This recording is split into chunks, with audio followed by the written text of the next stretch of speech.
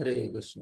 ओम ज्ञानतिमिरान्धस्य ज्ञानाञ्जनशलाकया चक्षुरुन्मीलितं येन तस्मै श्रीगुरवे हरे Krishna. So we will see what Sati is telling. Actually, she is telling so many important things.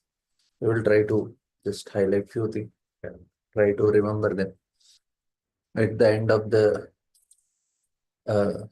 chapter, we should know few things, at least try to remember few things what Sati is trying to explain to us. She is telling to Daksha, but this pastime is for us also. And she gave very nice instructions. She's telling that if one hears an irresponsible person blaspheme the master and control of religion, one should block his ears and go away if unable to punish him. But if one is able to kill, then one should by force cut out the blasphemous tongue and kill the offender. And after that, one should give up his own body. So this is the standard. It looks very violent, but we have discussed that it is going to destroy our bhakti. That's we don't have option actually. We have to means we should take some extreme steps. So it's not that we want to destroy somebody or kill, but basically it is we want to protect ourselves. That's the main thing. So that's why this heavy instructions is given. Of course, we have to do the previous one also. So do you think that great and more respectable personalities than you, such as Lord Brahma, do not know this inauspicious person who goes under the name of Lord Shiva? He associates with demons in the crematorium. His locks of hairs are scattered all over his body and is garlanded with human skulls and smeared with ashes from the crematorium. But in spite of all these inauspicious qualities, great personalities like Brahma honor him by accepting the flowers offered to his lotus feet and placing them with great respect on their heads. So Lord Shiva is doing a job which Krishna cannot do directly.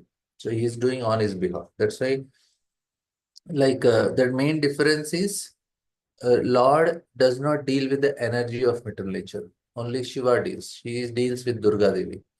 Vishnu does not deal. So that's the main difference. Like the ingredient, the creative energy is from Mahavishnu and from Narayana, but the ingredients are Mahavishnu. That's why he is also called Sadashiva, because the ingredients come from him. Narayana, he actually gives the energy. So we need energy and ingredients both. In that way, Shiva is connected to Durga directly. The glance is called Shambhu, is connected to Durga Devi. And he is doing all this crematorium, locks of hairs and all. We have discussed this also because he wanted to help living entities in Tamoguna also, because Lord is very kind. He is concerned about all types of living entities who are in goodness. They are taken care by Lord himself. Who are in passion, demigods are there. What about the people in ignorance? For them, Lord Shiva is available. So he is coming in the form of Lord Shiva. That's why he's very, very merciful and is very auspicious for such living entities. And Prabhupada is telling, unless it is useless to condemn a great personality like Lord Shiva, and this is being stated by his wife Sati to establish the supremacy of her husband. First, he said, you call Lord Shiva auspicious because he associates with demons in crematorium, covering his body with ashes of dead and garland himself with the skulls of human beings. You have shown so many defects, but you do not know that his position is always transcendental. Although he appears inauspicious, why do personalities like Lord Brahma respect the dust of his lotus feet and place on their head with great respect those very garlands which are condemned by you? So if Shiva is inauspicious, why Brahma, who is in such a mode of goodness? Because Lord Shiva remains unaffected by all the circumstances. Generally, see, why your taste is what you are wearing, what you are hearing, what you are eating, what you are dressing. So your taste is what is you are dressed. See, if I am wearing very shattered clothes, or sometimes what happens is in the hostels when we are studying in college, and the students now, even we are also there. Weekly once you wash your clothes and you wear the same jeans for 1 week. Sometimes people wear for 1 month also. The same dress they are wearing. Now, this is actually, they don't get affected by it. Now, even if you have to wear today's clothes tomorrow, also you feel so much irritated. How can we wear that? You just want to wash it. At least dip in water, dry it, wait for 2, 3 hours, then wear it. Why like that? Because immediately when you come to goodness, you feel that effect on you. You don't want to. You don't want to. You don't want to be in tamoguna. So same thing with the food. We cannot even tolerate the smell of something in tamoguna. Same with everything. Now, if Shiva is wearing garlands and is putting, somebody comes to from crematorium and give the ashes on us, we will be offended for the life. We'll say, how can he do this? He is putting ashes of a crematorium on my face, you know. But every day Lord Shiva bathes. Why we get offended? We feel it's such a inauspicious thing and such a very contaminating. How can I put on my body? Why we don't put? Because our what do you say, consciousness is in not in such tamoguna. But there are some followers of Lord Shiva who like to put that ashes and they feel it's some prestigious thing because they are in tamoguna. Now it is taste, right? So now Daksha, when he is commenting on it, he is right in one way, but he's not understanding Shiva's transcendental position. He's thinking, Are he's putting ashes means he's tamoguna. Who will want to have a skull in their house if he's not a, and what do you say, uh, orthopedic doctor? Nobody will like. Even orthopedic doctor will not keep a skull in his house. He will keep it in hospital only, just for verification. Nobody want it. They feel it's very irritating. But a person in Tamoguna, he don't mind it. And wearing in the as a garland, that is so. Daksha, what he is telling is, in one way, these people who are doing it are in ignorance. But Lord Shiva is not. That is the point. He is transcendental. Although he appears inauspicious, then Sati is asking, okay, you are telling inauspicious, then why Brahma is respecting? Why are you not understanding that? Since Sati was a chaste woman and the wife of Lord Shiva, it is her duty to establish the elevated position of Lord Shiva, not only by sentiment but by facts. So she is proving also. When Arjuna made this statement, Param Brahma, Param Dhamma, Pavitram Paravam Pamam, Purusham Shashvatam Divyam Adevajam. He's saying, oh, you are Param Brahma, Param Dhamma. Then people may say, oh, Arjuna is Krishna's friend, he's sentimental. Immediately substantiating, saying, Ahustva Rishiyas Sarve Devarshir Naradastada, Asito Devalo Vyasa Swayam Cheva Bravishme. Then he is quoting, oh, it is not me selling. There are great sages, Asita, Devala, Vyasa, Narada. They are also saying the same thing. So here Sati is also telling, I am not telling because my husband is transcendental. Even Brahma, he is also accepting, not only by sentiment, but fact. Lord Shiva is not an ordinary living entity. This is the conclusion of Vedic scriptures. He is neither on the level of Supreme Personality of God nor on the level of ordinary living entities. Brahma, in almost all cases, an ordinary living entity. Sometimes, when an ordinary living entity uh, available, the post of Brahma is not available. No ordinary living entity available. The post of Brahma is occupied by an expansion of Lord Vishnu. But generally, this post is occupied by great pious living entities within this universe. Thus, Lord Shiva's position is constitutionally higher than that of Brahma because it's always living entity and Shiva is higher. Although Lord Shiva appears as son of Brahma, he is mentioned here. It is mentioned that even personalities like Lord Brahma accept the so-called inauspicious flowers and the dust of the lotus feet of Lord Shiva. Great sages like Marichi, Atri, Bhrigu, and others among the 9 great sages are descendant of Brahma also respect Lord Shiva in such a way because they all know Shiva is not an ordinary living entity. In this case, Bhrigu did not do it. He is going to get punishment for it.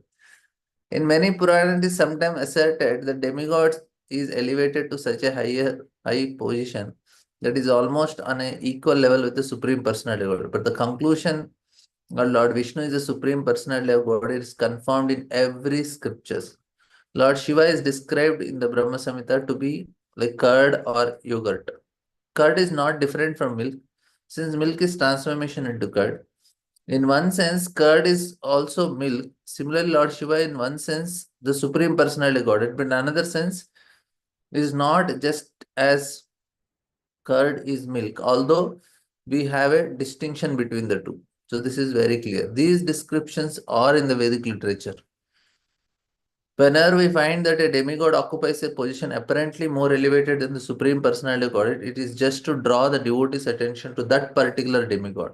It is also stated in Bhagavad Gita that if one wants to worship a particular demigod, the Supreme Personality of Godhead, who is sitting in everyone's heart, gives one greater and greater attachment to that demigod so that one may be elevated to the demigod above. Yanti Deva Vrata Deva. So by worshipping demigods, one can elevate himself to the above. Similarly, by worshipping Supreme Personality, one can go to spiritual world. And here Shiva is praised by Sati, particularly due to her personal respect for Lord Shiva, since he is her husband. And partially due to her being husband, partially due to his exalted position, which exceeds that of ordinary living beings, even Brahma also. And the position of Shiva is accepted by Lord Brahma. So Daksha, Sati's father, should also recognize him. So that was Sati's statement. So she is proving it. And Prabhupada is again making clear she did not actually come to her father's house to participate in the function. Although before coming, she pleaded with her husband that she wanted to see her sisters and mother. That was a plea only, but actually at heart, she maintained the idea that she could convince her father Daksha that it was useless to continue being envious of Lord Shiva. And see, this is actually very important insight Prabhupada is giving. She did not come. She thought, I will help my father to come out of this conditioning. That was her main purpose. When she is unable to convince her father, she gave up her body he has given to her, as will be seen in the following verse. Actually, if we can understand this, she is giving, like she tried to convince, and then she thought, okay, let me convince him by giving up my body. Then he will understand the gravity of the mistake which he is committing. And then that actually works also. After that, Daksha comes to his senses. He understands the exalted position of Lord Shiva. And Sati, she thought, okay, if I give my body, then my father may come to his senses. Immediately didn't come, but he will come a little later. So Sati continued. If one hears an irresponsible person blaspheme the master and control of religion, till now she tried all her best to convince, but she could see that this fellow is not getting convinced. Then she went to the next level. She says, one should block his ears, go away if unable to punish him, but if one is able to kill, then one should by force cut off blasphemous tongue and kill the offender, and after that one should give up his own life. And kill the offender is actually what happened in Kurukshetra battle. Whoever offended Draupadi, everybody was finished. And Krishna wanted that everybody should die, whoever offended. And Pandavas were also would have been punished, but they are connected to Draupadi. So Krishna excused Pandavas because they also did not speak when Draupadi was insulted. So that is also wrong on the part of Pandavas, according to Krishna. But they are spared. Others, nobody was spared. Even Bhishma, Drona, everybody got punished. So so here blasphemer, they should cut out the blasphemous tongue and kill the offender. So Krishna followed it. Same thing, Ravana also. He offended Mother Sita, Ram finished. The argument offered by Sati is that a person who vilifies a great personality in the lowest of all creatures, but by the same argument, Daksha could also defend himself by saying that since he was Prajapati, the master of many living creatures, and one of the great officers of the great universal affair, his position was so exalted that Sati should accept his good qualities instead of vilifying him. So this is a argument. Like why Sati is offending Daksha then? Okay, you are telling you should not offend Shiva. Then the same mistake that Sati is doing. Prabhupada says, the answer to this argument is that Sati was not vilifying by defending. Vilifying but defending. So she is only defending Lord Shiva. She is not trying to find fault in Daksha, but she's trying to, uh, she's telling if possible, she should have cut Daksha's tongue because he blasphemed Lord Shiva. In other words, since Lord Shiva is the protector of religion, A person who vilifies him should be killed at once. And after killing such a person, one should give up one's life. That is the process. But because Daksha happened to be Sati's father, she decided not to kill him, but to give up her own life in order to compensate for the great sin she had committed by hearing blaspheming of Lord Shiva. So she wanted to. This is one thing is she don't want to. She felt that my husband is insulted in front of me, and I should give up my life. And another thing is she want to teach a lesson to Daksha also. See, you are not learning. I don't want to be any connection with you. The instruction set forth here in Srimad Bhagavatam is that one should not tolerate at any cost the activities of a person who vilifies or blasphemes an authority. If one is a Brahmana, he should not give up his body because by doing so he would be responsible for killing a Brahmana. Therefore, a Brahmana should leave the place or block his ears so that he will not hear the blasphemy. If one happens to be a Kshatriya, he has a power to punish any man. Therefore, Kshatriya should at once cut off the tongue of the vilifier and kill him. But as far as Vaishyas and Shudras are concerned, they should immediately give up their bodies. Sati decided to give up her body because she thought herself to be among Shudras and Vaishyas, as stated in Bhagavad Gita, Striyo Vaishyas Ta Shudra. Women, laborers, and mercantile class are on on the same level. Since it is recommended the Vaishyas and Shudras should immediately give up their bodies upon hearing blasphemy of an exalted person like Lord Shiva, she decided to give up her life.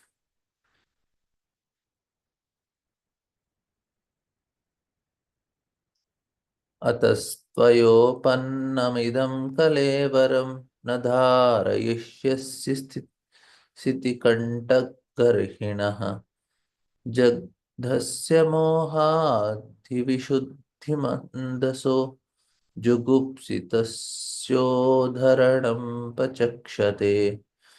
Therefore, I shall no longer bear this unworthy body which has been received from you, who have blasphemed Lord Shiva. If someone has taken food which is poisonous, the best treatment is to vomit. Since Sati was the representation of external potency of the Lord, it was in her power to vanquish many universes, including many dakshas. She can finish off universes, or to say a daksha. Everybody will finish in the universe. But in order to save her husband from charge that he employed his wife Sati to kill Daksha, because he could not do so to his inferior position, she decided to give up her body. Now Dakshana, he could have told, okay, my dear daughter, please forgive, no, let it be. I will ask forgiveness from Sati. He did not do only. She is telling, I am going to commit suicide, and she immediately, because of her mystic power, she could change her dress immediately into saffron, and she is giving up. And Daksha is watching. He is not stopping. See how hard-hearted a person can become if he offends a Vaishnava. This is the greatest danger. It is better to execute one's own occupational duty than to criticize others. Elevated transcendentalists may sometimes forego the rules and regulations of Vedas since they do not need to follow them, just as the demigods travel in the space whereas ordinary men travel on the surface of it. This is a very nice example. See, if there is I'm going and there is a traffic signal, there is a red light. I have to stop, right? I have to follow the traffic rules if I am going on the road. Now, if I am going on a aeroplane, now there is a traffic signal down. Should aeroplane stop? No, it will not stop for the traffic rules. It is an aeroplane or an helicopter. It need not follow the rules of the road. But if somebody will say, Arey, there is a red light and still this aeroplane is crossing this road without stopping for the signal, that is foolishness. That's what Sati is telling. Just as demigod travel in space, ordinary man travel on earth. Oh, rules and regulations are not for the transcendentalist, for transcendental. Then the Madhavendra Puri also says, Sandhya Vandram Bhadrama says, oh, I cannot do all this Sandhya Vandram and all this. This is not for me. And that's why the behavior of the most elevated transcendentalists and that of the fallen conditioned souls appears to be the same. The elevated transcendentals can surpass all the regulations of Vedas, just as the demigods traveling in space surpass all the jungles and rocks on the surface of the globe. Emma, although a common man who has no such ability to travel in space has to face all the impediments. Although the most dear Lord Shiva appears not to observe all the rules and regulations of the Vedas, he is not affected by disobedience. But a common man who wants to imitate Lord Shiva is mistaken. A common man must observe all the rules and regulations of the Vedas when a person who is in the transcendental position does not need to observe.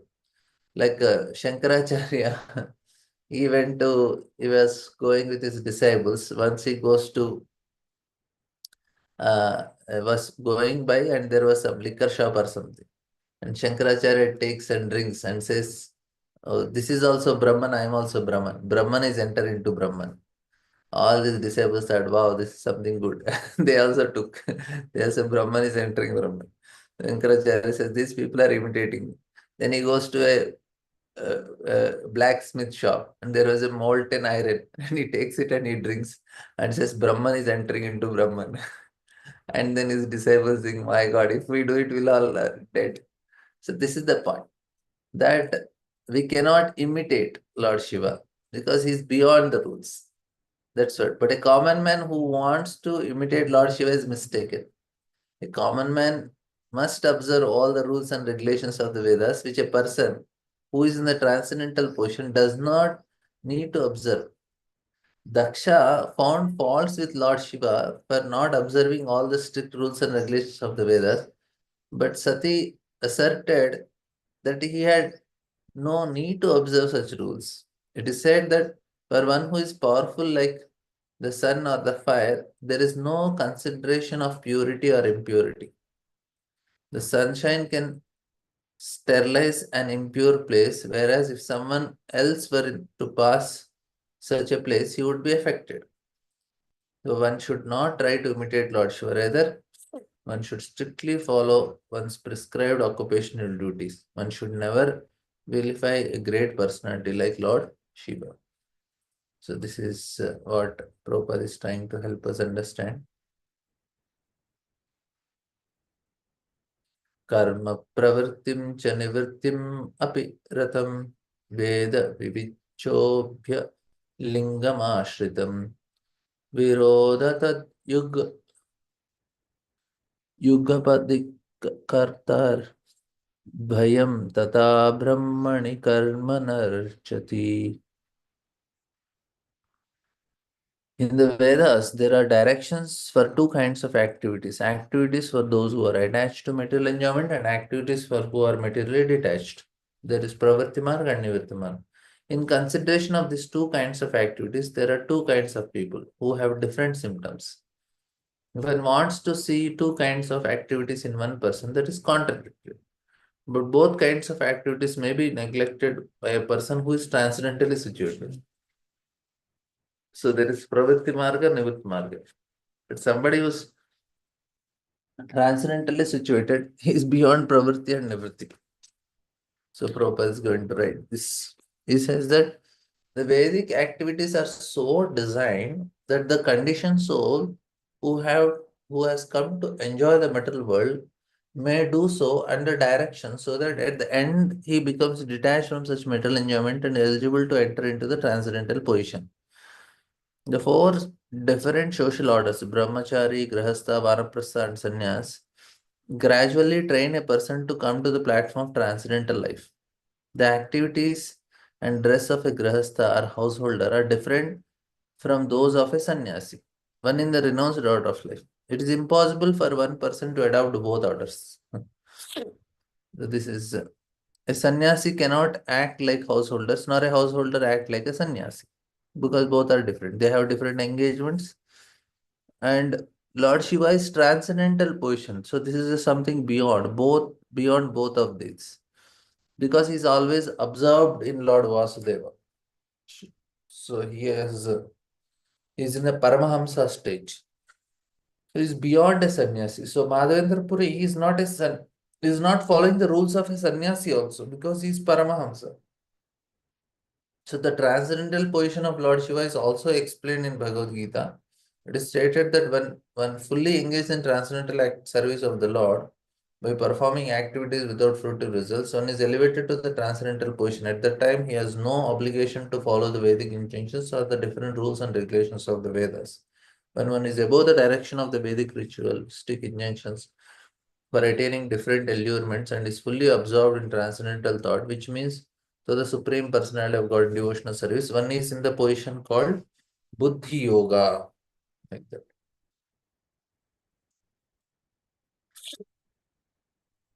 And then she says, my dear father, the opulence we possess is impossible for either you or your flatterers to imagine.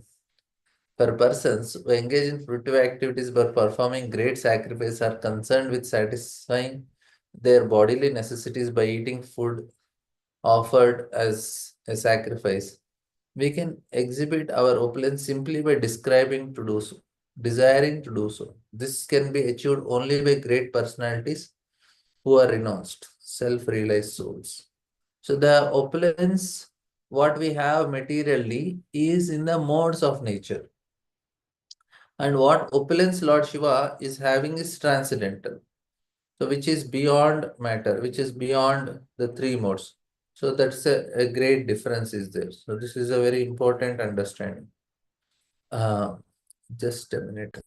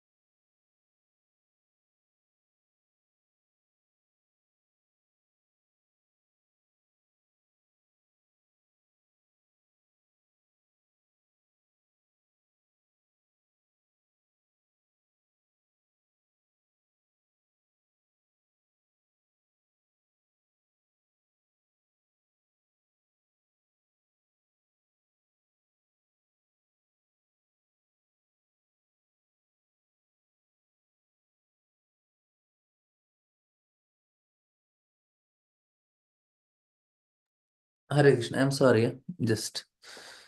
So she says that, my dear father, so this opulence of a person who is in the transcendental platform, it is not understood by everyone. It is actually something very special, because what happens is the happiness which we get in mode of goodness, passion, and ignorance is of a different quality. It is generally connected to our mind and senses. But the transcendental happiness is directly connected to the soul. So it's something completely different. It cannot be understood. Even for many of us, we cannot understand that pleasure because we are on the bodily consciousness of life, and our pleasures are with mind and senses only. But what Lord wanted to teach us is, uh,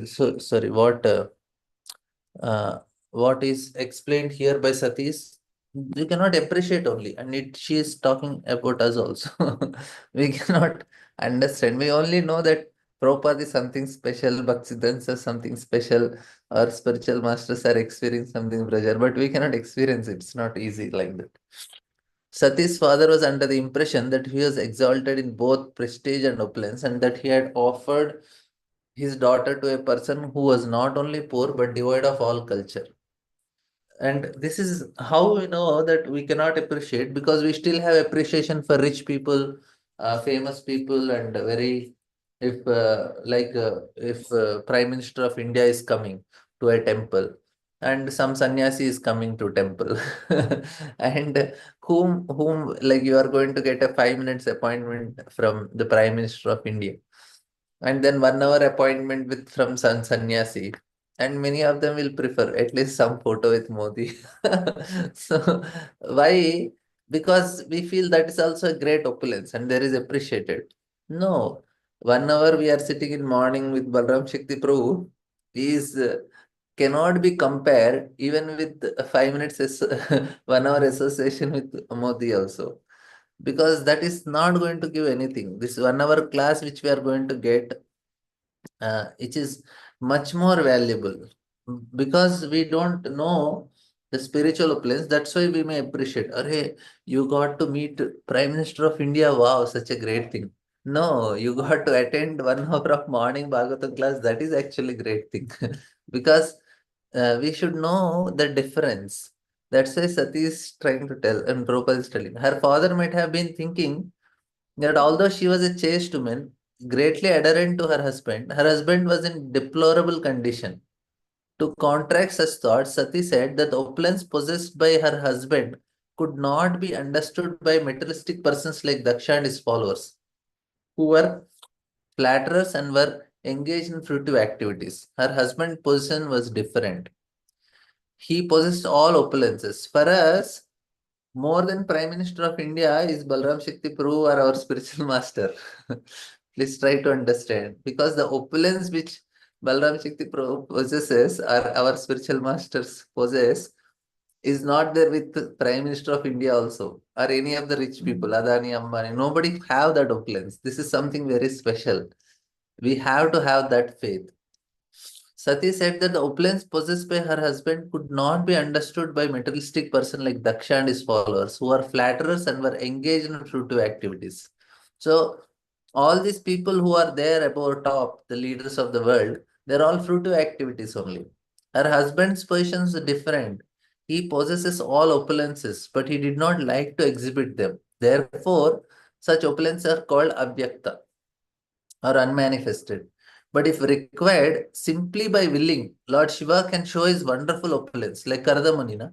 He was also living like that only, in a hut, in a simple way. When suddenly he decided, okay, I want to please my wife, she did so much for me, he exhibited all other opulences. And such an event is predicted here. For it would soon occur. The opulence of Lord Shiva possess is enjoyable in renunciation and love of God, not in material exhibition of sense gratificatory methods. But if you see Lord Shiva's followers, he gives everything to them. They are very like Ravana or Kamsa. They were very, very fabulously rich. you know, Such opulence are possessed by uh, like the Kumaras, Narada, and Lord Shiva, not by others. Like Kuvera is an Aksha, is a follower of Lord Shiva, and Kuvera built this golden Lanka. Everything was made by golden. And the toilets are also made of golden. So how did he do? Because he's follower Lord Shiva. And Lord Shiva, he don't have house also. And Kuvera is making here golden palaces. Golden kingdom only, man, not just palace. Whole Lanka is gold. In this verse, the performers of the Vedic rituals are condemned.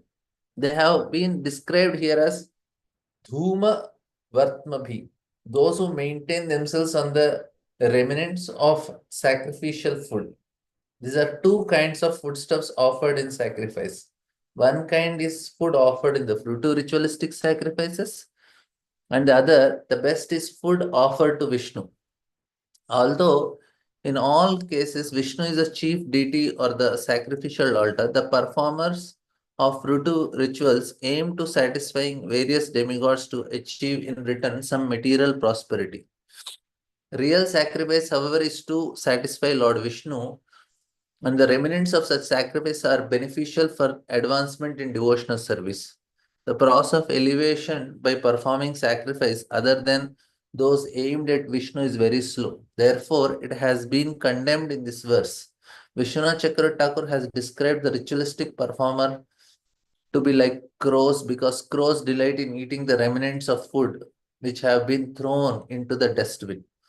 All the Brahmanas who were present for the sacrifice were also condemned by Sati. So, so they are compared to crows. And just this one purport will complete. When whether or not King Daksha and his flatterers could understand the position of Lord Shiva, Sati wanted to impress upon her father that he should not think her husband to be without opulence. Sati, being a devoted wife of Lord Shiva, offered all kinds of material opulence to the worshippers of Lord Shiva. So whoever worships Lord Shiva, Sati will give them all the blessings. Don't try it. It's not an advertisement, but it's a warning actually. It's dangerous for us. Sati, being the devoted wife of Lord Shiva, offers all kinds of material opulence to the worshipper. This fact is explained in Srimad Bhagavatam 10th canto. Lord Shiva's worshippers, yeah, this is a famous question between Shiva's worshippers sometimes appear more opulent than the worshippers of Lord Vishnu because Durga or Sati, being the superintendent in charge of material affairs, can offer all material opulence to the worshippers of Lord Shiva in order to glorify her husband, whereas the worshippers of Lord Vishnu are meant for spiritual elevation and therefore their material opulence is sometimes found to decrease. These points are very nicely discussed in the 10th canto. Any questions, comments? Okay, thank you very much. Srila Prabhupada ki jai.